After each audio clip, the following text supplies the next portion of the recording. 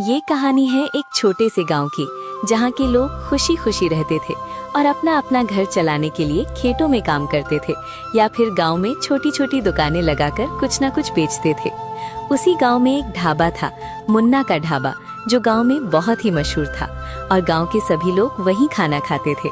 आओ आओ, मुन्ना का चिकन मसाला खाओ और खुश हो जाओ। इतना अच्छा चिकन मसाला तुमने कभी नहीं खाया होगा। एक बार खाओगे तो बार बार आओगे। मुन्ना भाई, मैं यहाँ तुम्हारा चिकन मसाला ही खाने आया हूँ। तुम्हारे जैसा चिकन मसाला तो पूरे गांव में कोई नहीं बनाता। तुम्हारा चिकन मसाला खाकर मजा ही आ जाता है। सही कह रहे हो भाई, इसीलिए तो मैं रोज रोज चिकन मसाला बना कर लाता हूँ, ताकि तुम लोगों की दुआएं मिलें और मेरा धंधा खूब अच्छे से चले। ठीक है मुन्ना भाई, अब जल्दी से मुझे चिकन मसाला खाने को दे दो। पेट में बहुत सारे चूहे कूद रहे हैं। हाँ हाँ, अभी देता हूँ। तभी मुन्ना उस आदमी को चिकन मसाला और चावल खाने को दे देता है और आदमी चिकन मसाला खाता है। और गांव की दूसरी तरफ एक और ढाबा था, जिसका मालिक अपने बेटे के साथ ढाबा चलाता था, पर उसका बेटा आज ढाबे पर आया नहीं था। तभी उसका बेटा ढाबे पर आता है।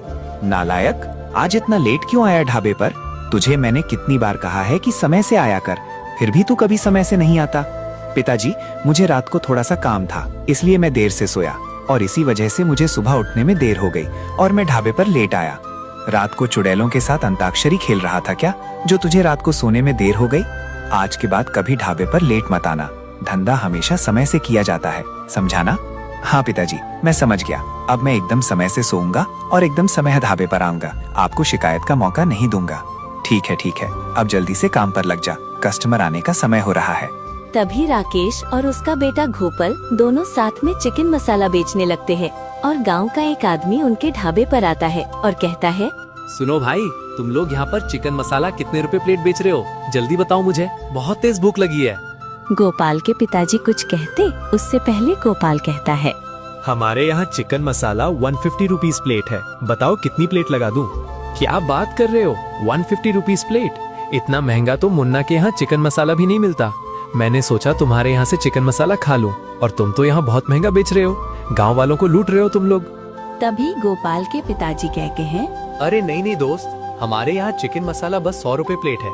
इस नालायक को कुछ भी नहीं पता, इसने तो गलती से 150 रुपीज प्लेट बोल दिया। बताओ तुम्हें कितनी प्लेट लगा दूं? नहीं, अब मैं तुम्हारे यहाँ से कुछ भी नहीं लूंगा।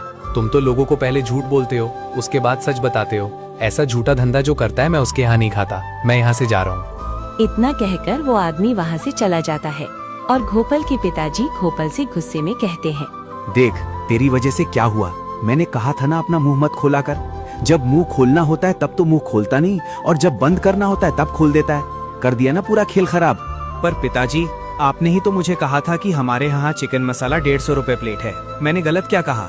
चुप एकदम, तुझे कुछ भी नहीं पता। सिर्फ मेरा घाटा करवाने के पीछे लगा पड़ा रहता है। मैंने तुझे 100 रुपए प्लेट ही बोला था, तूने कुछ गलत सुन लिया है।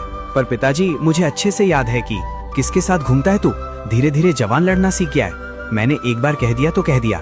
अब एक काम कर, जाकर देख कौन है ये चिकन मसाला वाला, जिसकी वजह से मेरा ढाबा नहीं चल रहा और इतना सस्ते में चिकन मसाला बेच रहा है। तभी अपने पिताजी की बात सुनकर गोपाल ये देखने जाता है कि कौन चिकन मसाला बेच रहा है। तभी वो उस चिकन मसाला वाले के यहाँ आता है और देखता है कि ये चिकन मसाला वाला तो उसके दोस्त के पिताजी है। तब वो जाकर कहता है, अंकल, आप यहाँ पर कब से चिकन मसाला बेचना शुरू कर दिए? मैंने तो आपको कभी यहाँ नहीं देखा। बेटा, मैंने अभी फिलहाल में ही चिकन मसाला बेचना शुरू किया है। इससे पहले मैं शहर में काम करता था और वहाँ पर काम ठीक नहीं था, इसलिए मैंने अपने गांव में चिकन मसाला बेचना शुरू कर दिया और लोगों को भी खूब पसंद आ रहा है। तुम यहाँ क्या कर रहे हो बेटा? अंकल, मैं तो यहाँ पर आकाश से मिलने आया था। आकाश कहीं नहीं दिख रहा। क्या वो आपके साथ काम करने नहीं आता है? नहीं बेटा, आकाश मेरे साथ काम करने नहीं आता। वो तो घर पर बैठा रहता है और आराम करता है। भला मैं उसे काम क्यों करूं? अब तुम बताओ बेटा, कुछ खाओगे? नहीं अंकल, मुझे भूख तो लगी नहीं है, पर आपके चिकन मसाले की खुशबू से मुझे लग रहा है कि मुझे खाकर देखना चाहिए। तभी गोपाल चिकन मसाला खाना शुरू कर देता है और खाने के बाद तारीफ करके आकाश से मिलने के लिए उसके घर जाता है। अरे गोपाल, तू यहाँ कैसे? आज मेरे घर कैसे आना हो गया तेरा? क्या बताऊं दोस्त, पूरा दिन पापा ढाबे पर बुला लेते हैं और काम करवाते हैं। आज तो मैंने काम में खूब गड़बड़ कर दी, इसलिए उन्होंने कहा कि आसपास जाकर देख और थोड़ा टहल करा। बस वही करने निकला था। तभी मैंने देखा तेरे पिताजी तो चिकन मसाला बेच रहे हैं। तू नहीं जाता उनके साथ काम करने? क्यों? मेरे पिताजी ने मुझे कभी काम पर बुलाया ही नहीं, इसलिए मैं उनके यहाँ काम करने नहीं जाता। वो तो कहते हैं कि अभी तेरी उम्र नहीं है काम करने की। तुम्हारा सही है दोस्त, मुझे तो पढ़ाई करनी है पर पापा समझते ही नहीं और मुझे ढाबे पर बुला लेते हैं और काम करवाते हैं। पूरा दिन मैं काम ही करता रहता हूँ। कोई बात नहीं दोस्त, जो होता है अच्छे के लिए होता है। कोशिश करते रहे कि तू काम के साथ साथ पढ़ाई पर भी ध्यान दे। ठीक है आकाश, मैं कोशिश करूंगा कि मैं पढ़ाई भी करूं और काम भी करूं। अब मैं चलता हूं, वरना पिताजी मेरा भूत बना देंगे। तभी गोपाल अपने घर जाता है और घर पर उसके पिताजी खड़े होते हैं और गोपाल से कहते हैं, आ गया नालायक, तुझे मैंने कहा था कि सिर्फ देख कर आना, पर तू तो लगता है पूरा गांव घूम कर आ रहा है। तेरे चक्कर में मुझे पूरा ढाबा बंद करना पड़ जाएगा। पिताजी, मैं बस उसी काम से गया था, तभी मुझे मेरा दोस्त मिल गया। अब मैं उससे बातचीत करने में व्यस्त हो गया और समय का ध्यान नहीं दिया। तू बस यही कर, और ऐसा ही चलता रहा ना तो जल्दी मेरा ढाबा भी बंद हो जाएगा। अगर तुझे काम करना है तो अच्छे से कर, वरना मत कर। अपने पिताजी से डांट सुनकर गोपाल कुछ नहीं कहता और बस शांति से खड़ा हो जाता है और मन में सोचता है, भले ही आकाश मेरा दोस्त हो, पर उसके पिताजी तो मेरा धंधा खराब ही कर रहे हैं। अगर मुझे अपने पिताजी से तारीफ सुननी है तो मुझे कुछ तो करना पड़ेगा। तभी अगले दिन गोपाल अपने दोस्त आकाश के पिताजी के ठेले पर जाता है और कहता है, अंकल, क्या आप मुझे यहाँ पर थोड़ी देर तक चिकन मसाला बेचने देंगे? मुझे भी धंधा कैसे करते हैं ये सीखना है। पर बेटा, तुम्हारी उम्र अभी बहुत छोटी है। इस उम्र में तुम्हें काम नहीं करना चाहिए, अभी तो तुम्हें पढ़ाई करनी चाहिए। हाँ अंकल, मुझे पता है, पर ये चीजें मेरे पापा नहीं समझते, इसलिए मैं आपसे कह रहा हूँ कि आप मुझे थोड़ा सा काम सिखा देंगे। ठीक है बेटा, अगर तुम इतना ही कह रहे हो तो मैं तुम्हें काम करने के लिए रख लेता हूँ। तुम यहाँ पर चिकन मसाला बेचो, मैं तब तक अपने घर से होकर आता हूँ। तभी आकाश के पिताजी घर चले जाते हैं और गोपाल चिकन मसाला बेचने लगता है और तभी वो चिकन मसाले में एक अजीब सा मसाला मिला देता है। फिर कुछ समय बाद जब अंकल आते हैं तब गोपाल वहाँ से चला जाता है, ये कहकर कि उसे घर में कुछ काम है। फिर कुछ समय बाद जब आकाश के पिताजी चिकन मसाला बेच रहे थे तभी वहाँ सरपंच आ जाता है। सुनो, क्या तुम मुझे चिकन मसाला खाने को दे सकते हो? और मुझे पार्सल भी देना। मेरे घर पर आज मेहमान आया है, मैं आज सबको चिकन मसाला खिलाऊंगा। तभी आकाश के पिताजी सरपंच जी को चिकन मसाला खाने को दे देते हैं और सरपंच चिकन मसाला खाते हैं और खाने के बाद कहते हैं, छी छी छी, ये क्या बना रहे हो तुम? इतना बेकार चिकन मसाला, इसमें से कितनी तेज बदबू आ रही है। क्या तुम यही पूरे गांव वालों को खिलाते हो? ये आप क्या कह रहे हैं सरपंच जी? मैं तो चिकन मसाला बहुत अच्छे से बनाता हूँ, भला इसमें से बदबू क्यों आ रही है मुझे नहीं पता। देखो, मुझे पागल बनाना बंद करो। आज मैंने तुम्हें रंगे हाथों पकड़ लिया है। अब मैं तुम्हें कह देता हूँ, आज के बाद यहाँ पर तुम्हारा ठेला नहीं दिखना चाहिए। अगर तुमने कभी भी गांव में चिकन मसाला बेचा तो मैं तुम्हें छोड़ूंगा नहीं। इतना कहकर सरपंच वहाँ से चले जाते हैं और आकाश के पिताजी भी उदास मन से घर लौट आते हैं। ये देखकर आकाश कहता है, क्या हुआ पिताजी, आज आप घर इतना जल्दी क्यों आ गए और आप इतना उदास क्यों हैं? क्या बताऊं आकाश बेटा, आज पता नहीं मैंने चिकन में क्या किया था कि मेरा चिकन एकदम खराब हो गया। और आज सरपंच मेरे ठेले पर जब आए तो उन्हें वही खराब चीज दे दी और उन्होंने मुझे कहा कि आज के बाद यहाँ कभी ठेला मत लगाना। अब मुझे समझ में नहीं आ रहा कि मैं घर कैसे चलाऊंगा। पिताजी, आप चिंता मत कीजिए, अब तक आपने हमारे लिए इतना किया है, इसलिए कल से मैं चिकन मसाला बेचूंगा। आप बस मुझे चिकन मसाला बनाकर दे देना, बाकी सब मैं देख लूंगा। ठीक है बेटा, मैं कल तुम्हें चिकन मसाला बनाकर दे दूंगा। तभी अगले दिन से आकाश चिकन मसाला बेचना शुरू कर देता है और दूसरी तरफ गोपाल के ढाबे पर गोपाल और उसके पिताजी खड़े होते हैं और एक ग्राहक से बात कर रहे होते हैं। तभी वहाँ एक आदमी आता है और कहता है, सुनो भाई सुनो, गांव में चिकन मसाला वाला वापस आ गया है, चलो हम वहाँ जाकर खाते हैं। यहाँ ढाबे पर तो बहुत महंगा मिलता है। ये बात सुनकर ढाबे पर जो ग्राहक था वो भी वहाँ से चला जाता है। ये देखकर गोपाल के पिताजी कहते हैं, क्या बे नालायक, तूने ऐसा कैसा काम किया कि चिकन मसाला वाला वापस आ गया? मुझे पता नहीं पिताजी, मैं अभी जाकर देखता हूँ क्या माजरा है और वापस आकर कुछ न कुछ करके चिकन मसाला खराब करके आता हूँ।